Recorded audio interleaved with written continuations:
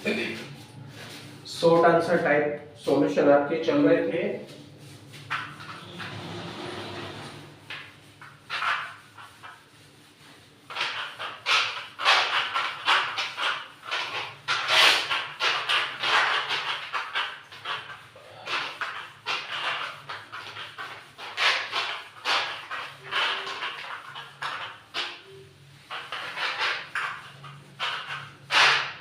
इसी में आपका नेक्स्ट क्वेश्चन है। इसमें वो कहते हैं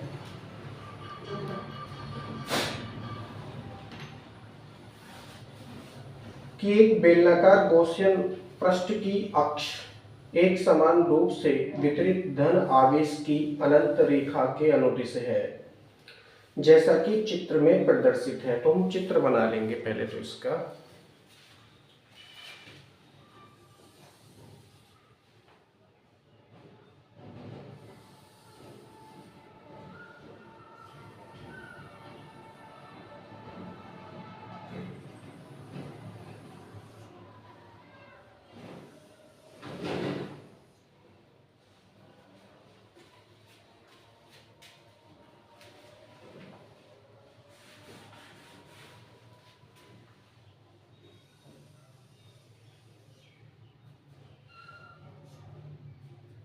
मान के चलिए ये कोई बेलन के आकार का गॉसियन पृष्ठ है।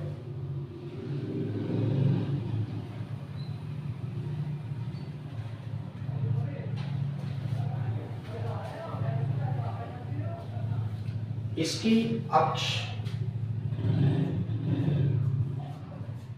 ये हो सकती है और अक्ष पर क्या है जी, धनावेश है। धनावेश की अनंत रेखा है, यानी इसका जो विस्तार है बहुत असीमित है, अनंत है।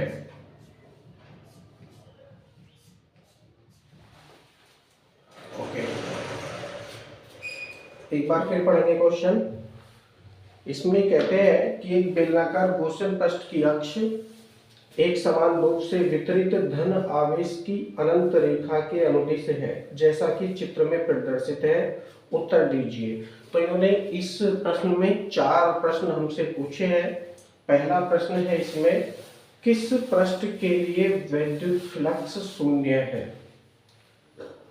किस पृष्ठ के लिए विद्युत फ्लक्स शून्य है? अब जरा देख लीजिए, हम क्या करते हैं, उसका फॉर्मूला होता है हमारे पास गॉस की फिर में से। अकॉर्डिंग टू गॉस थ्योरम उसका सूत्र है phi E equal to Q upon epsilon zero.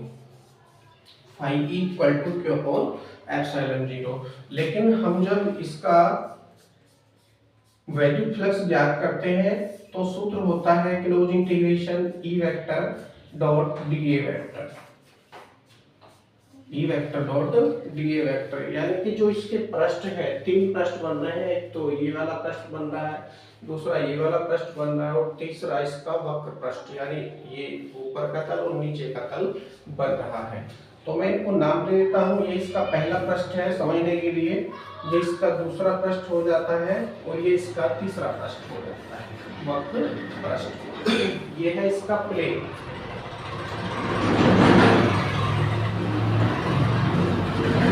तो पहले पूछते हैं किस पृष्ठ के लिए विद्युत फ्लक्स शून्य है। अब देखिए, इसका जो पहला वाला पृष्ठ है, पहले वाले पृष्ठ के लिए विद्युत क्षेत्र की तीव्रता की जो दिशा है वो इस तरफ रहेगी और डी ए की जो दिशा है वो भी इसी तरफ रहती है, यानी समदिश होने के कारण थीटा इक्वल टू क्या होता है, 0 डिग्री। इसके दूसरे वाले पृष्ठ पर जो ई है उसकी दिशा इस तरफ रहेगी और डी ए की दिशा इस तरफ रहेगी, यानी अपोजिट डायरेक्शन रहेगी। तो थीटा इक्वल टू क्या रहेगा, 180 डिग्री। 180 डिग्री। लेकिन इसका जो ऊपर और नीचे वाला तल है, यानी इसके जो वक्र पृष्ठ बन रहे हैं, इन वक्र पृष्ठ में जो डी ए है आपका, डी ए की दिशा इस तरफ रहेगी और ई वेक्टर की दिशा इस तरफ रहेगी, यानी इनके बीच जो कोण बनेगा वो 90 डिग्री बनेगा। Theta equal to 90 degree. अब कैलकुलेशन करने के लिए क्या करते हैं, E vector dot D A vector का हम ओपन करेंगे फॉर्मूला, तो हो जाएगा E D A cos theta, E D A cos theta. Theta के स्थान पे 0 रखेंगे तो कोस 0 की वैल्यू 1 होती है, और 1 से मल्टीप्लाई करेंगे तो ये वैल्यू हमको प्राप्त हो जाएगी। दूसरा कोस 180 रखेंगे, कोस 180 की वैल्यू -1 होती है, मल्टीप्लाई करेंगे तो माइनस में ई डी ए ही हमको प्राप्त हो जाएगा। अब इसके जो तीसरा वाला प्रश्न है उस पर देखते हैं। कोस थीटा के स्थान पे 90 रखेंगे तो क्या हो जाएगा, कोस 90 की वैल्यू 0। कोस 90 की वैल्यू जब 0 हो जाएगी तो वक्र पृष्ठ पर कोई भी वैद्युत फ्लक्स निर्गत नहीं होगा, जिसके कारण लिख देंगे वक्र पृष्ठ पर, वक्र पृष्ठ पर क्या होगा, फाई इक्वल टू 0 होगा। ये पहले क्वेश्चन का आंसर आपका आ चुका है। क्यों किया हमने, क्योंकि फाई इक्वल टू हम करते हैं ई डी ए cos 90, थीटा होता है ना, तो थीटा के स्थान पे डायरेक्ट 90 आप प्रयोग करेंगे, हो जाएगा phi E equal to E D A cos 90 की वैल्यू 0, और 0 से इसका मल्टीप्लाई करेंगे तो ये 0 हमको प्राप्त होगा। इसीलिए वक्र पृष्ठ पर किसी प्रकार का कोई वैद्युत फ्लक्स निर्गत नहीं होगा। सेकंड क्वेश्चन है, इसमें कहते हैं किस पृष्ठ पर ई शून्य है, किस पृष्ठ पर। अब देखिए किस पृष्ठ पर वैद्युत क्षेत्र शून्य है वो पूछते हैं, तो 3 पृष्ठ हमारे पास में है। इसके लिए अगर हम देखेंगे तो आर की वैल्यू कुछ ना कुछ है, लेकिन ये असीमित लंबाई की है, यानी रेखीय आवेश यहाँ पर उत्पन्न हो रहा है, रेखीय आवेश घनत्व, उसके कारण किसी भी पृष्ठ पर वैद्युत क्षेत्र की तीव्रता शून्य नहीं हो सकती है। यदि आवेश की मात्रा निर्धारित कर दी जाए, उसकी लंबाई निर्धारित कर दी जाए, तो हम बता सकते थे, क्या बता सकते थे, E प्रोपोर्शनल 1/r² के अकॉर्डिंग, E प्रोपोर्शनल 1/r² के अकॉर्डिंग। r के स्थान पर क्या रखते, अनंत रखते, r के स्थान पर यदि हम अनंत रखते और अनंत से जब हम किसी को भी भाग करेंगे तो वो 0 हो जाता है। क्वेश्चन में क्या पूछा हमसे, एक बार फिर समझ लेंगे। क्वेश्चन में पूछा जा रहा है किस पृष्ठ पर वैद्युत क्षेत्र शून्य है। अब किसी भी पृष्ठ पर वैद्युत क्षेत्र शून्य नहीं है, क्योंकि जो आवेश दे रखा है इन्होंने, रेखीय आवेश, वो अनंत रेखा के अनुदिश है। रेखीय आवेश अनंत रेखा, यानी इसकी जो लंबाई है इस आवेश की वो अनंत है, और भी बहुत आगे हो सकती है, डॉट डॉट आप लगा दीजिए, पीछे भी और बहुत लंबी ये रेखा हो सकती है, यानी आवेश की मात्रा इस रेखा के अनुदिश है, असीमित लंबाई है, अनंत लंबाई है, तो आप इस पर अनंत भी लिख सकते हैं, अनंत।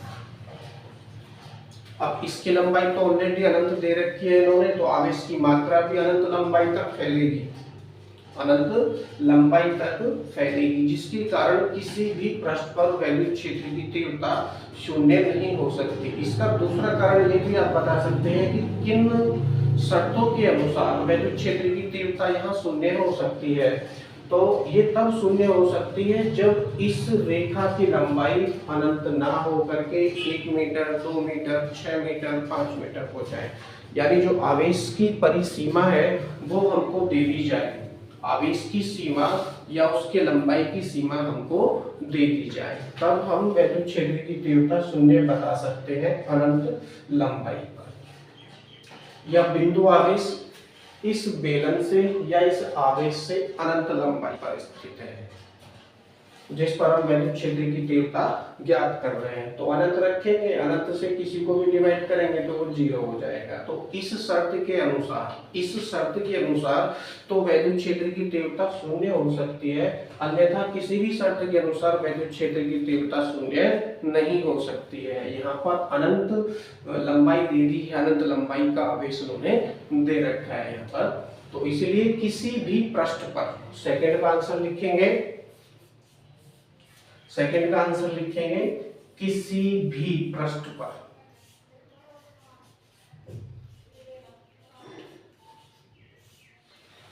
कारण और लिखो, इसमें कारण पहले लिखो कि क्यों नहीं हो सकती है। क्योंकि क्या बन रहा है, रेखीय आवेश बन रहा है, रेखीय आवेश घनत्व, रेखीय आवेश घनत्व के कारण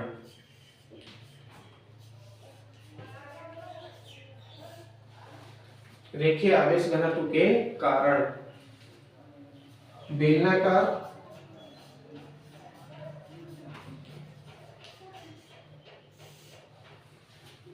गॉसियन पृष्ठ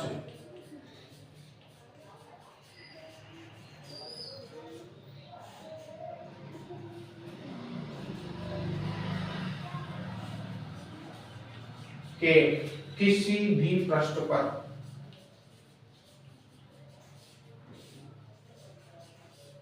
किसी भी पृष्ठ पर वैद्युत क्षेत्र की तीव्रता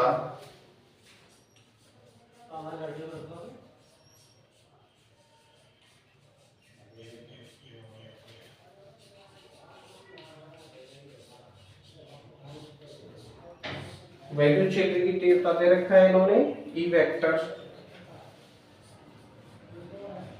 मॉडुलस 0 नहीं हो सकती। दोबारा पढ़ लेंगे, रेखीय आवेश घनत्व के कारण बेलनाकार गॉसियन पृष्ठ के किसी भी पृष्ठ पर वैद्युत क्षेत्र की तीव्रता 0 नहीं हो सकती है, नहीं हो सकती। ये सेकंड का आंसर आपका आ चुका है।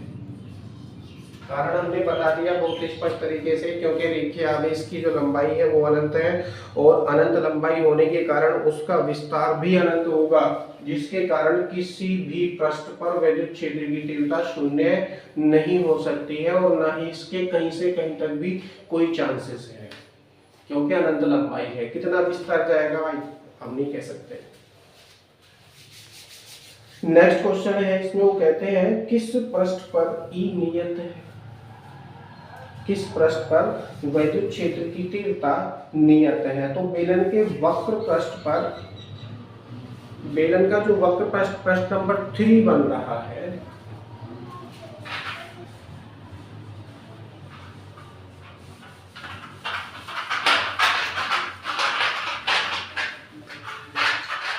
क्वेश्चन नंबर 3 आप यहां समझेंगे। ये इसका दूसरा पृष्ठ है,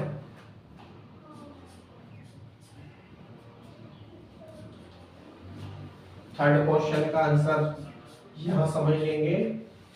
वो कहते हैं किस पृष्ठ पर वैद्युत क्षेत्र की तीव्रता नियत है, किस पृष्ठ पर वैद्युत क्षेत्र की तीव्रता नियत है। आप समझ लेंगे जरा, नियत का मतलब है परिवर्तित ना हो, बिल्कुल एक जैसी हो। आप समझ लीजिए जो इनका पहला वाला पृष्ठ है उस पर थीटा इक्वल टू 0 बन रहा था, यानी यहाँ पर जो वैद्युत क्षेत्र की तीव्रता उत्पन्न होगी वो धनात्मक उत्पन्न होगी, धनात्मक। और जो इनका दूसरा वाला पृष्ठ है वहां थीटा इक्वल टू क्या उत्पन्न हो रहा था, थीटा इक्वल टू 180 डिग्री उत्पन्न हो रहा था, जिसके कारण वैद्युत क्षेत्र की तीव्रता ऋणात्मक उत्पन्न होगी,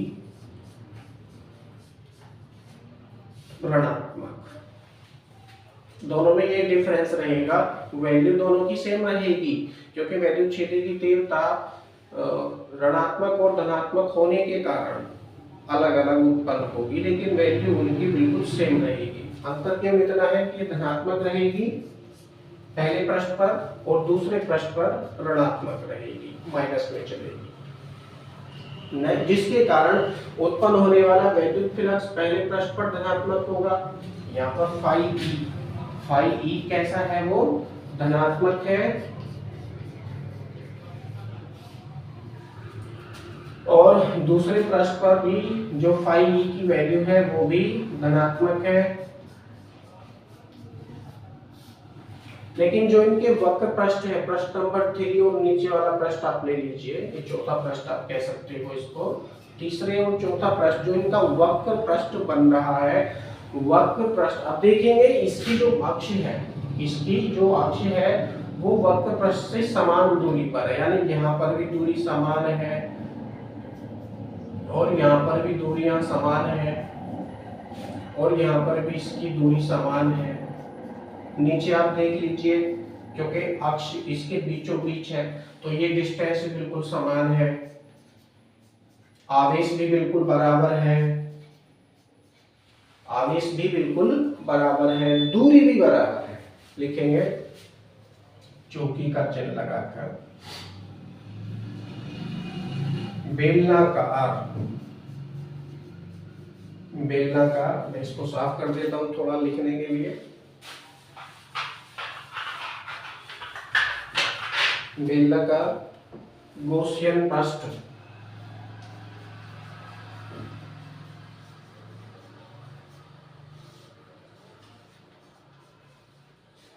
बेलनाकार गॉसियन पृष्ठ की अक्ष से वक्र पृष्ठ, वक्र पृष्ठ कौन से, तीसरा और चौथा 3 व 4 की दूरियां समान है, दूरियां सभी बिंदुओं पर समान है।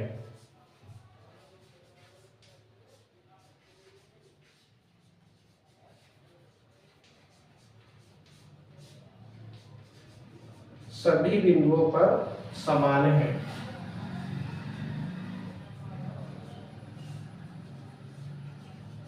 जिसके कारण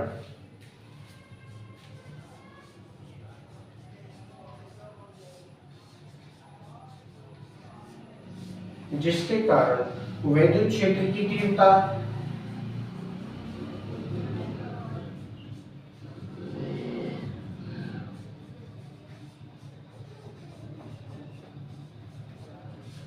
विद्युत क्षेत्र की तीव्रता ई वेक्टर मॉडुलस नियत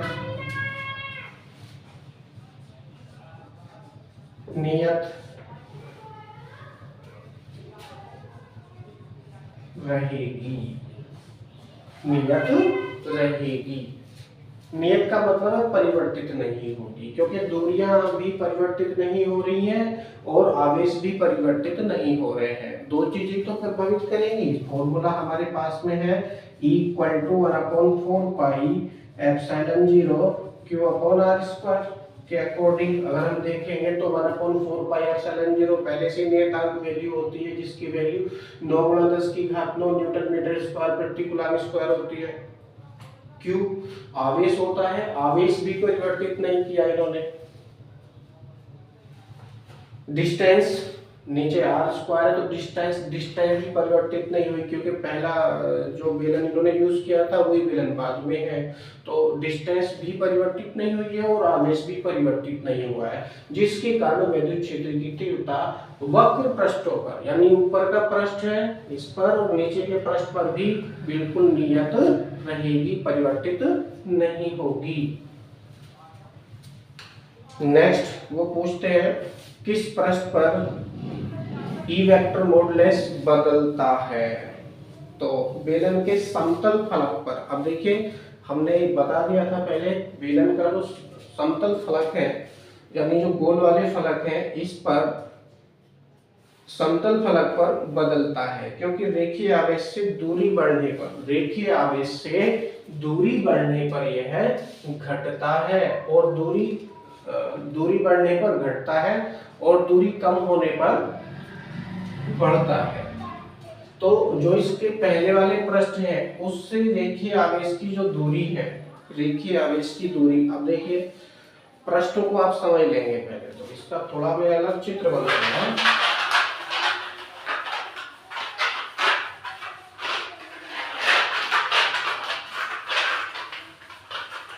यहाँ ध्यान देने वाली बात यह है कि जो इसके गोल पृष्ठ शुरू हो रहे हैं वो यहाँ से शुरू हो रहे हैं। मैंने निशान लगा दिया है, इसके जो गोल पृष्ठ है वो यहाँ से यहाँ तक तो सेम डिस्टेंस है, ऊपर भी सेम डिस्टेंस है। तो सेम डिस्टेंस होने के कारण वैद्युत क्षेत्र की तीव्रता इस एरिया तक, यानी इसको नाम दे दो, क्या नाम दे इसको, चलो डी नाम दे दो। जो आपका डिस्टेंस डी है, डिस्टेंस डी, इतने डिस्टेंस में वैद्युत क्षेत्र की तीव्रता नियत रहेगी, समझ रहे हैं, नियत रहेगी। लेकिन जो इनका गोल वाला पृष्ठ शुरू होता है, गोल वाला पृष्ठ शुरू होने के कारण ये ऐसी आकृति बनाएगा। मैं थोड़ा बड़ा करके आपको दिखा रहा हूँ। ये इसका ये वाला पृष्ठ मैंने ले लिया है, आप इसको ऐसे कर दो समझने के लिए थोड़ा सा, और ये इसकी अक्ष है, plus plus plus plus plus, रेखीय आवेश अनंत लंबाई विस्तार है इसका, अनंत। तो इसका जो, अब देखिए यहाँ पर और यहाँ पर, यहाँ के बाद तो इसका गोल वाला जो आकार है वो शुरू हो रहा है। यहाँ से अगर हम बिंदु ए माने, बिंदु ए मान लो, बिंदु बी मान लो, बिंदु सी मान लो, बिंदु डी मान लो, बिंदु टी मान लो या एफ मान लो, इस तरह से कोई भी आप बिंदु मान सकते हैं। अब जरा ध्यान से देखेंगे, केवल यही समझने वाली चीज है इसमें। जो आपका बिंदु ए है, अब देखिए क्योंकि गोलाकृति शुरू हो चुकी है, ऊपर को ढलान है और ऊपर वाली आकृति का नीचे को ढलान बन रहा है, तो यहाँ पर जो डिस्टेंस है वो डिस्टेंस इस रेखा से कम होती प्रतीत होगी, कम होती हुई प्रतीत होगी। कैसे?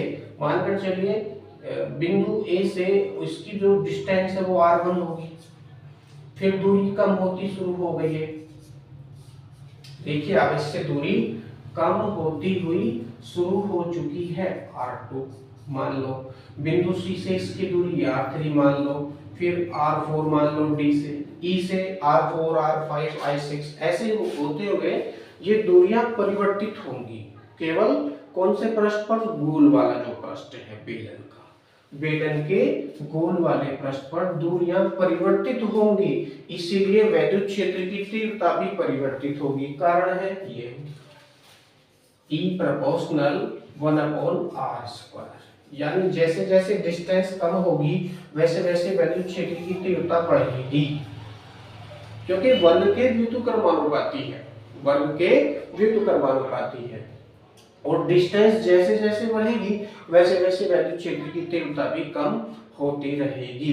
तो यहाँ पर क्या है? डिस्टेंस कम हो रही है। ये जो इसकी रेखा है ना, अब इसकी अनंत रेखा है, अनंत लंबाई की विस्तार की रेखा है, इससे बिंदुओं की दूरी कम होती रहेगी, जिसके कारण वैद्युत क्षेत्र की तीव्रता बढ़ती रहेगी। तो प्रश्न में हमसे पूछा है कि किस पृष्ठ पर E बदलता है, किस पृष्ठ पर E बदलता है। तो चौथे का मैं आंसर कहाँ लिखूं? चलो यहाँ लिख देता हूं।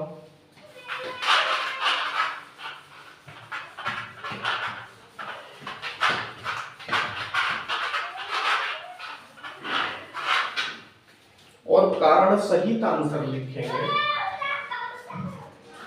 ताकि आपके नंबर ना कटे।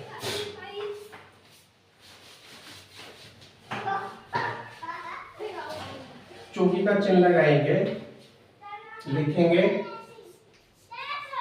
रेखीय आवेश,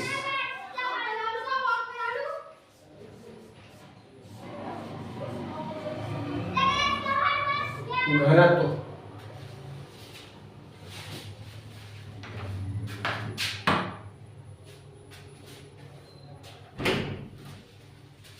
रेखीय आवेश घनत्व। कहाँ है रेखीय आवेश घनत्व? ये जो रेखा है प्लस के आवेश वाली, ये रेखीय आवेश घनत्व उत्पन्न कर रही है, क्योंकि इसकी लंबाई अनंत है। तो रेखीय आवेश घनत्व से, रेखीय आवेश घनत्व से बेलनाकार गॉसियन पृष्ठ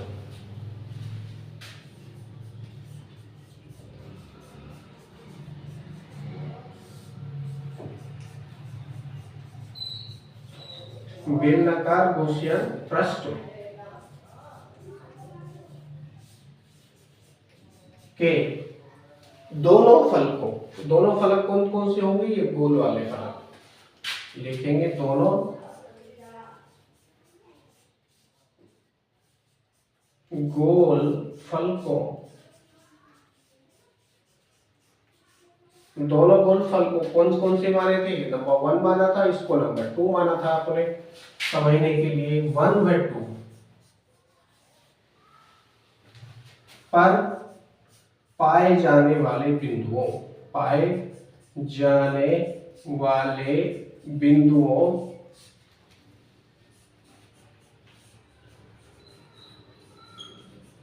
कौन कौन से बिंदु माने थे हमने? A B C D E F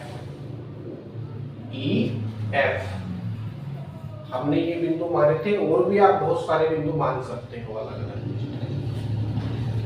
A B C D E F dot, और भी बहुत सारे बिंदु हो सकते हैं। बिंदुओं A B C D E F dot द्वारा पढ़ लेंगे इस लाइन को।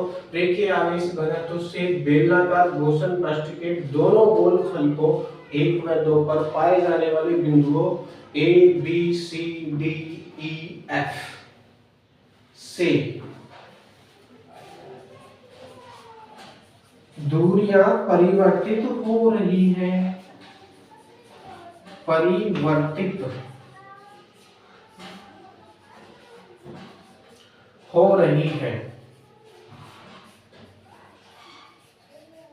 इसीलिए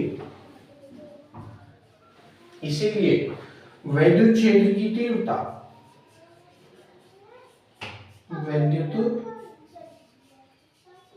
क्षेत्र की तीव्रता